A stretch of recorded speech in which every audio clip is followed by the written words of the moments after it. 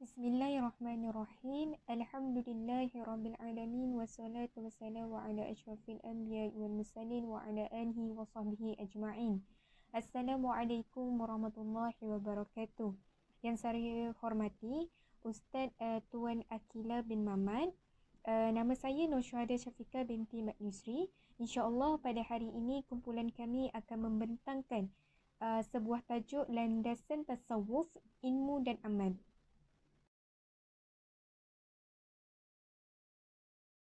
InsyaAllah, sebelum kami meneruskan pembentangan kami secara lebih mendalam, adalah lebih baiklah jika saya menerangkan terlebih dahulu akan intipati yang ada dalam pembentangan kami pada hari ini.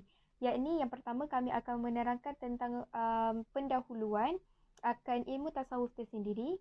Seterusnya, kami akan menerangkan tentang konsep ilmu dan juga amal dalam tasawuf, di samping menerangkan akan pemahaman konsep ilmu dan amal yang seharusnya dan sangat penting bersumberkan kepada Al-Quran dan juga hadis.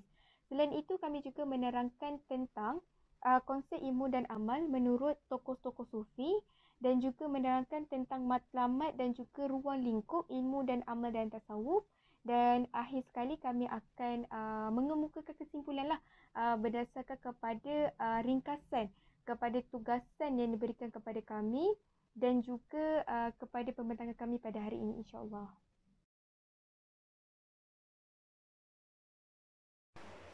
Bismillahirrahmanirrahim. Assalamualaikum warahmatullahi wabarakatuh. Nama saya Fakhratul Nuaimah binti Muhammad, nombor matrik 056960. Alhamdulillah. Hari ini kumpulan kami diamanahkan untuk membentangkan tugasan yang ke-15, iaitu ilmu dan amal dalam ilmu tasawuf. Baiklah. Sebelum kita pergi dengan lebih lanjut tentang tajuk ini, suka saya untuk menerangkan apa yang dimaksudkan dengan tasawuf itu. Tasawuf ini merupakan sebuah ilmu tentang penyucian jiwa dan mengabdikan diri kepada Allah itu dengan melakukan segala kebaikan dan meninggalkan segala keburukan seperti takabur, ta'ajub, riya dan seumpama dengannya. Untuk pengetahuan semua, tasawuf ini pula terbahagi kepada 3 bahagian, iaitu yang pertama, bahagian awal, iaitu tasawuf itu sendiri, manakala pada pertengahannya itu ialah amal, dan yang ketiga ialah segala kurniaan yang telah diberikan oleh Allah Subhanahu Wa Taala kepada kita.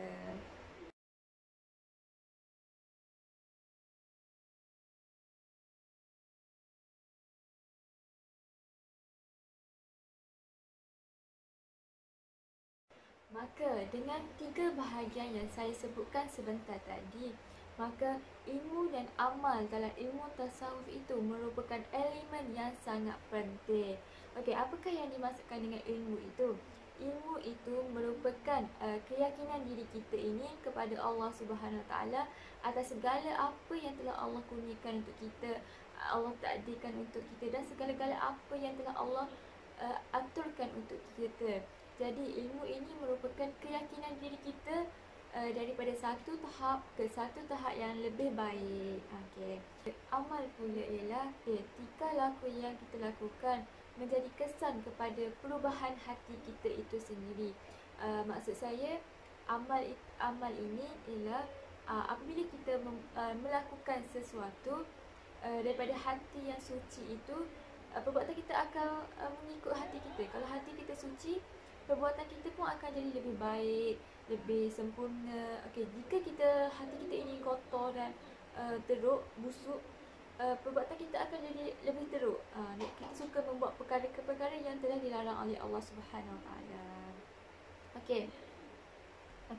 Jadi apa yang boleh saya perkatakan di sini, ilmu dan amal ini sangat berkait rapat antara satu sama lain. Kerana amal itu, amal yang baik datangnya daripada ilmu. Sekiranya kita mempunyai amal tetapi tidak ilmu, amal itu tidak berguna. Sebaliknya juga, sekiranya kita ada ilmu tapi kita tidak mengamalkan ilmu yang kita dah ada itu, juga tidak berguna. Jadi, seorang ahli tasawuf mestilah menggunakan kedua-dua itu, ilmu dan amal, dalam kehidupan seharian. Okey, untuk lebih lanjut saya akan teruskan dengan sahabat-sahabat saya yang lain.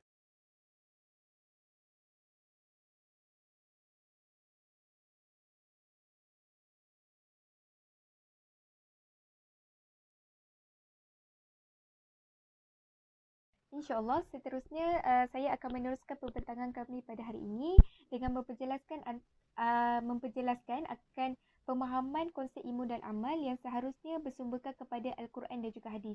Sebagaimana kita maklum bahawa Al-Quran ini merupakan kalam Allah Subhanahu Wa Taala yang agung, yang mana di dalamnya terkandung pelbagai hakikat yang telah disertakan bukti dan juga dalil-dalil yang kukuh supaya manusia itu beriman.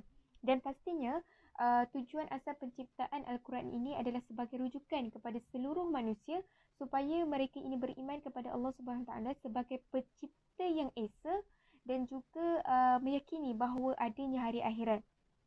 Di samping dalam memahami konsep orang kata hakikat yang dikehendaki oleh Allah Subhanahu Wa Taala di dalam Al-Quran, Allah Subhanahu Wa Taala juga telah melantik utusan dia daripada para nabi dan juga para rasul supaya menyampaikan wahyu dia kepada seluruh umat manusia supaya manusia ini memahami hakikat tersebut dengan cara yang benar dan juga jelas.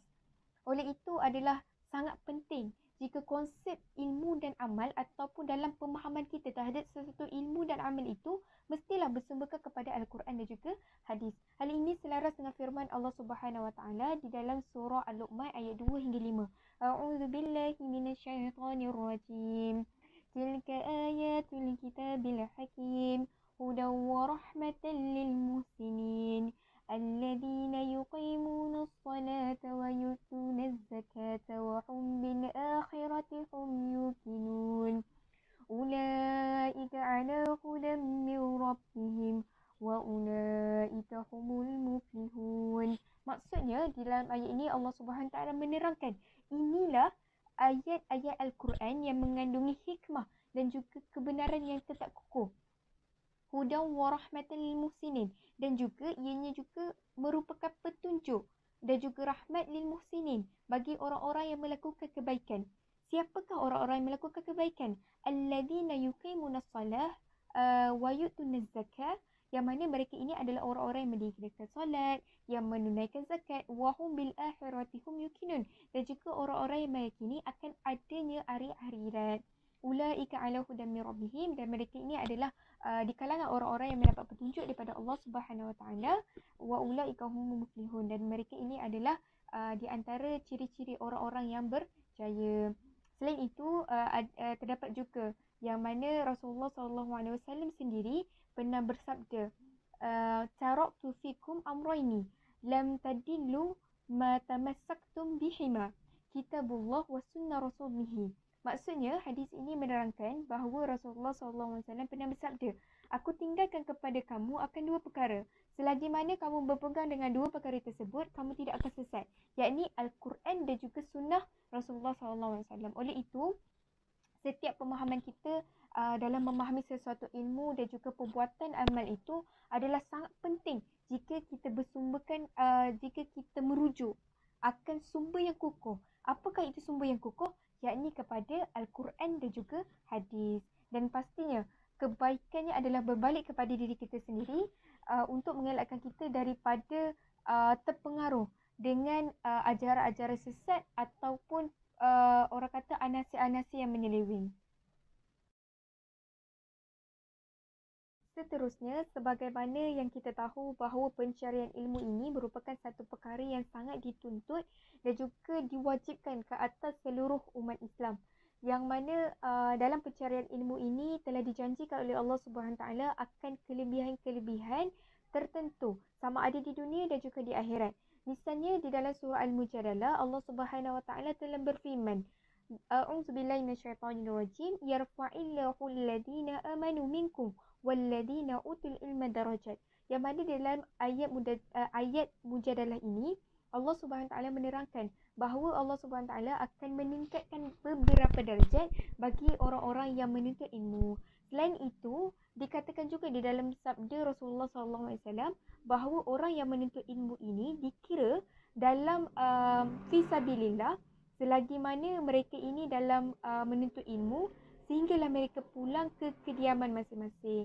Yang mana hadis ini berbunyi man kharaja fi talabil ilmi kana fi sabilillah hatta yarja'.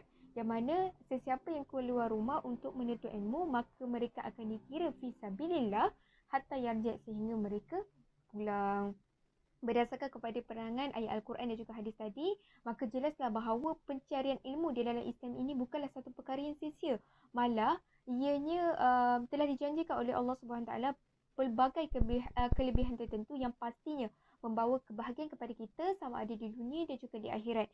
Selain itu juga terdapat juga ayat Al-Quran yang yang diturunkan oleh Allah Subhanahu Taala secara khusus tentang celaan bagi orang-orang yang bersifat taklid, yang mana ayat Al-Quran ini melarang umat Islam itu sendiri daripada bersifat taklid. Apa itu taklid? Taklid ini adalah satu sikap yang mana kita mengikuti akan sesuatu perkara tanpa kita mengetahui walaupun sedikit pengetahuan akan perkara tersebut. Di samping kita tak selidiki dulu tentang kebenaran sesuatu perkara tersebut. Yang mana antara sifat taklid ini, antara ayat Al-Quran yang melarang akan sifat taklid ini berdasarkan kepada firman Allah Subhanahu Taala, a'udzubillahi minasyaitonir rajim, wa la taqfu ma laysa laka bihi ilmun, inna sam'a wal basara wal fuada kullu ulaika kana anhu mas'ulan. Yang mana Allah Subhanahu Taala berkata, dan janganlah engkau ini mengikuti apa yang engkau tidak mempunyai pengetahuan mengenainya. Sesungguhnya pendengaran, penglihatan serta hati, semua anggota itu akan ditanya tentang apa yang dilakukan, Oleh itu, berdasarkan kepada penerangan tadi adalah satu ayat Al-Quran yang mana Allah Subhanahu Taala mencela akan perbuatan sifat taklid ini di dalam kepada seluruh umat Islam. Oleh itu, berdasarkan kepada penerangan saya sebentar tadi, maka jelaslah bahawa dalam kita memahami konsep ilmu dan amal ini adalah sangat penting jika kita bersumberkan kepada Al-Quran dan juga hadis. Dan pastinya Al-Quran dan juga hadis ini merupakan dua sumber rujukan utama di dalam Islam. Bismillahirrahmanirrahim. Assalamualaikum warahmatullahi wabarakatuh. Nama Ainur Ashki Petur Rosman, nombor metrik 054765. Seterusnya saya akan menyambung pembentangan konsep ilmu dan amal tasawuf menurut pandangan tokoh-tokoh sufi. Seperti mana yang kita ketahui, orang yang mengamalkan tasawuf ini dinamakan ahli sufi, yang mana mereka ni mempunyai ataupun melalui proses al-maqamat, yang mana mereka ni mempunyai pencapaian tasawuf ni adalah orang yang hampir dengan Allah Subhanahu Wa Taala. Al-maqamat juga diartikan sebagai usaha ataupun jalan yang harus dilalui oleh seseorang sufi bagi mencapai peningkatan tauhid kepada Allah Subhanahu Wa Taala. Melalui amalan-amalan seperti taubat, zikir, bersyukur, bersabar dan lain-lain. Berkata Ibrahim Idham, hidup sufi adalah hidup dengan roh yang suci di dalam alam yang penuh dengan cahaya-cahaya ketuhanan. Ianya tidak seperti kehidupan haiwan-haiwan di alam yang rendah.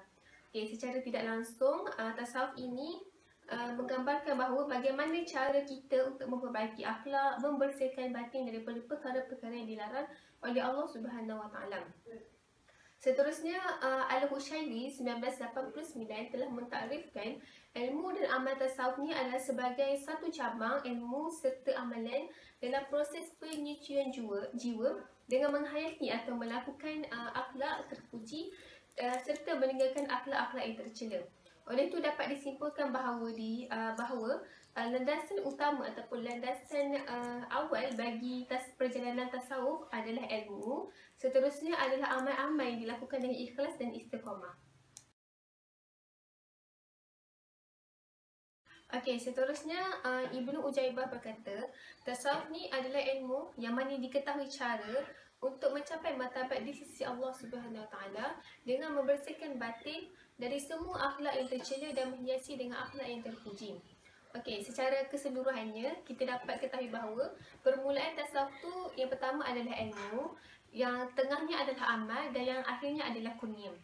Okey, antara amalan yang boleh menyuburkan kehidupan kerohanian di dalam hati, di dalam diri manusia itu sendiri ialah memperbanyakkan membaca Al-Quran, hidup bersama Rasulullah melalui sirahnya dan sentiasa bergaul dengan orang-orang yang soleh, sentiasa berzikir dan sentiasa melakukan amalan-amalan sunat serta selalu menangis kerana takut akan Allah Subhanahu Wa Taala.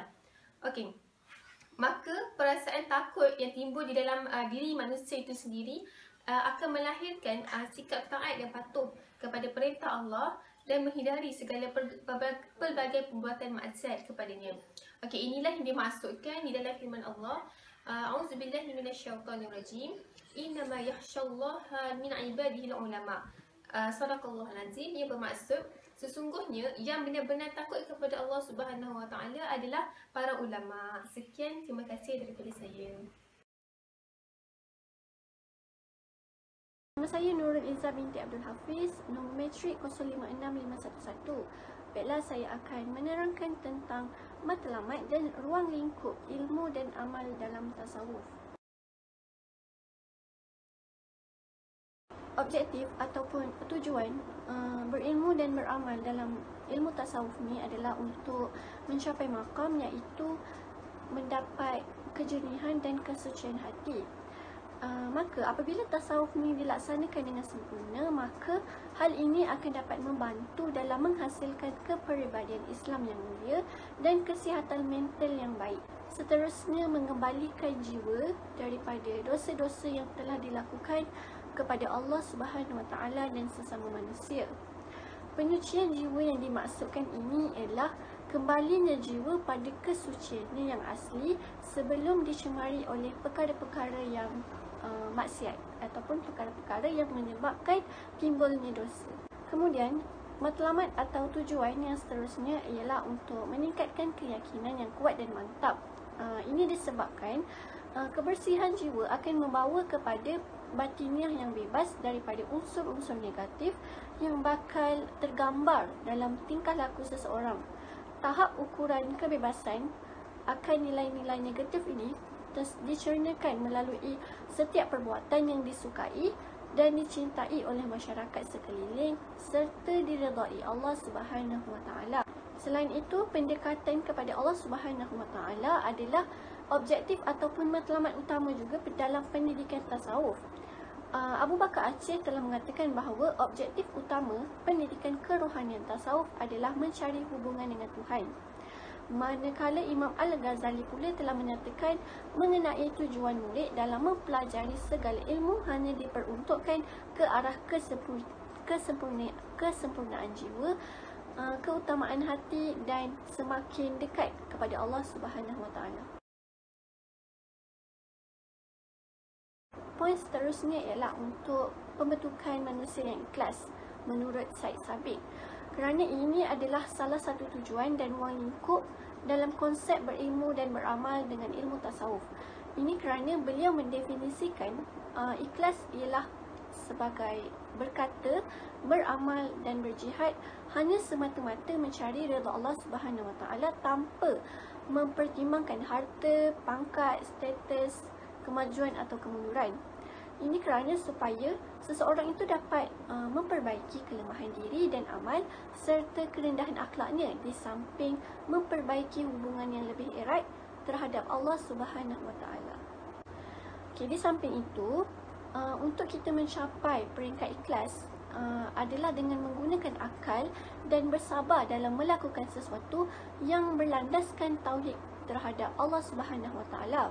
Menurut Yunahar Ilyas, sifat sabar perlu diamati dalam pelbagai perkara, iaitu sabar dalam menempuhi dugaan hidup, sabar dari keinginan hawa nafsu, sabar dalam taat kepada Allah Subhanahu Wa Taala dan sabar dalam berdakwah dan sabar dalam pergaulan.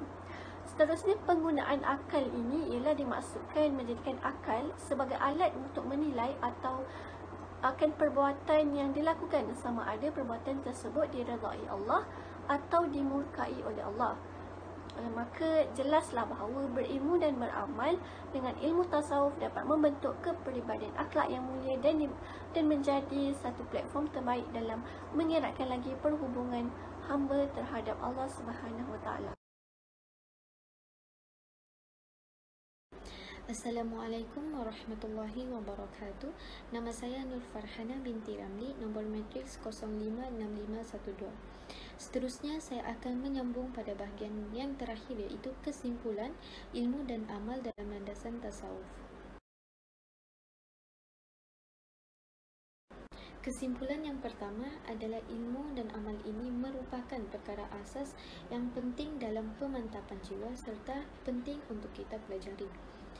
Diwajibkan juga ke atas kita untuk menuntut ilmu daripada sumber yang benar serta tidak taklid ke atas sesuatu perkara. Seterusnya, ilmu dan amal ini harus dipraktikkan dalam diri setiap insan agar dapat membangkitkan atau meningkatkan kepercayaan terhadap kekuasaan Allah Subhanahu Wa Taala. Oleh itu, keutuhan atau pemantapan jiwa ini dapat dibentuk menjadi benteng yang kuat daripada pengaruh anasir sesat dan menyeleweng. Seperti yang kita tahu, yang mana para ulama terdahulu mereka bangkit serta berjuang untuk membangkang habis-habisan ajaran sesat yang dibawa oleh puak Syiah.